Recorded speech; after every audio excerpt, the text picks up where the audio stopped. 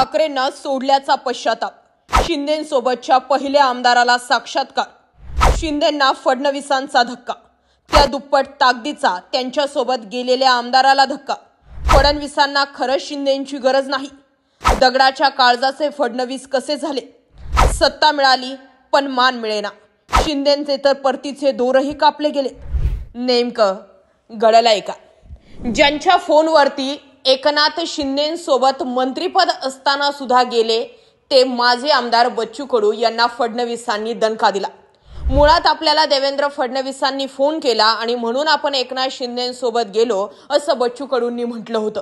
उद्धव ठाकरेंसोबत जे झालं ते चुकीचंच होतं. त्यांच्याकडून पक्ष आणि चिन्ह काढून घ्यायला नको होता. पण मी त्यांच्या पक्षाचा नव्हतो, माझा स्वतंत्र पक्ष होता. पण मला उद्धव ठाकरेंनीच मंत्री केलं होतं. या आधीच बच्चू कडूंनी असं स्टेटमेंट करून ठाकरेंना सोडल्याचा पश्चाताप व्यक्त केला होता. त्याही पुढे जाऊन बच्चू कडूंनी जसं त्यांची आमदारकी गेलीये तसे शेतकऱ्यांच्या प्रश्नांवरती आवाज उठवला. बच्चू कडू गेल्या अनेक महिन्यांपासून महाराष्ट्रभर फिरतायत, अनेक ठिकाणी उपोषण आंदोलनं करतायत. प्रामुख्यानं शेतकरी कर्जमाफी आणि उपेक्षा यावरती ते बोलले.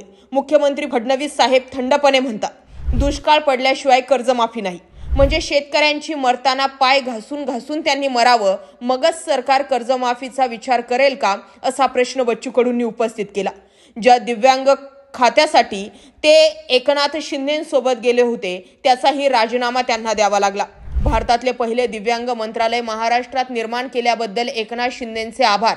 परंतु अद्यापपर्यंत दिव्यांगांच्या सर्वांगीण विकासासाठी मंत्रालयाचे काम सुरू झाले नाही.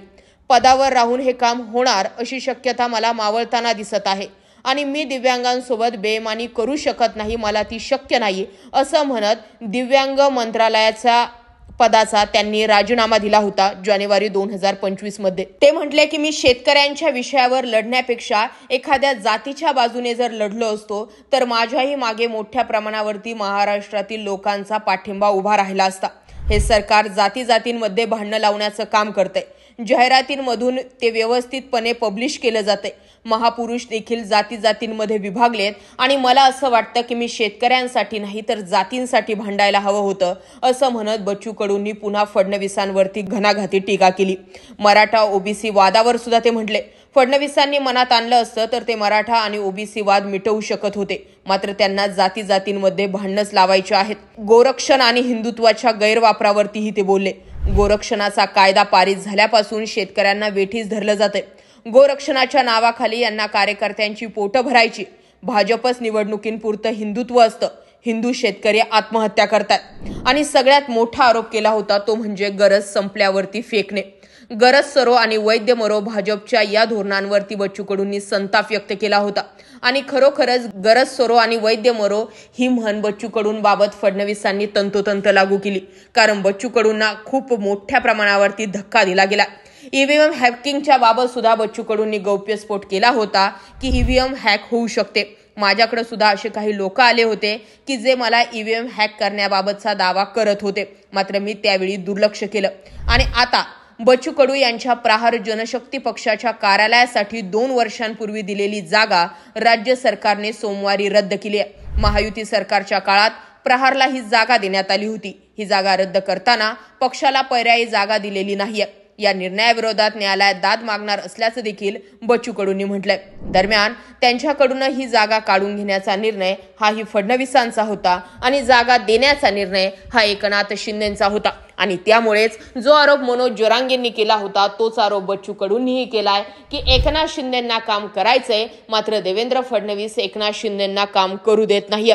आणि ठाकरे जे म्हणत होते ते सगळं खरं होतं. देवेंद्र फडणवीस हे पक्षात काम करू देत नाही. आपल्यापेक्षा कोणी मोठा होत असेल तर त्याचा पंख छाटण्याचं काम ते सर्वात आधी करतात आणि त्यामुळे ठाकरेंना सोडल्याचा आपल्याला पश्चातापच असल्याचं बच्चू कडूंनी या आधीही अधोरेखित केलंय. आता बच्चू कडूंच्या कार्यालयासाठी दिलेली जागा काढून घेण्यात आली आहे. बच्चू कडूंना वेगवेगळ्या जे राजकीय पदं त्यांच्याकडे होती त्या पदांवरून त्यांना काढण्यात आलेले आहे. ते माजी आमदार झालेत. या सगळ्या भूमिका बघितल्यानंतर राजकारणामध्ये एकदा जरी चुकीचा निर्णय घेतला तर त्याचे परिणाम काय होऊ शकतात याचा साक्षात्कार बच्चू कडूंना झाला. एकंदरीत जर विचार केला तर अजित पवार आणि एकनाथ शिंदेची सुद्धा परिस्थिती काही वेगळी नाहीये. मात्र दोन ताकदीचे नेते आहेत म्हणून त्यांचं जमवून जातंय. मात्र त्यांच्या आमदारांना, मंत्र्यांना, कार्यकर्त्यांना न्याय देण्यामध्ये सध्या एकनाथ शिंदे आणि अजित पवार अक्षम आहेत. इकडे जर विचार केला तर संजय शिरसाटांचं सामाजिक न्याय विभागाचा निधी सुद्धा परस्पर अजित पवार वळवतायत. एकनाथ शिंदेच्या बाजूने किंवा एकनाथ शिंदेपर्यंत हा मुद्दा मांडून सुद्धा शिंदे हतबल झालेत हे स्पष्ट झालंय. इकडे अजित पवारांचा विचार केला तर तिकडेही तशीच काहीशी परिस्थिती पाहायला मिळते आणि त्यामुळे फडणवीसांनी दोघांचेही तोंड दाबून बुक्क्यांचा मारा त्यांना सहन करण्यासाठी भाग पाडलाय का हा प्रश्न आहे. अजित पवार माघारी फिरले तर काका पुतणे कसंही जमवून घेतील. मात्र शिंदे माघारी फिरले तर त्यांना कुठलीच जागा नाहीये असंही बोलायला जागा मिळते. या मुद्द्यांकडे तुम्ही कसं पाहता कमेंट सेक्शन मध्ये जरूर व्यक्त व्हा. अशाच माहितीपूर्ण व्हिडिओसाठी आपलं चॅनल आवर्जून सबस्क्राईब करा. जय महाराष्ट्र.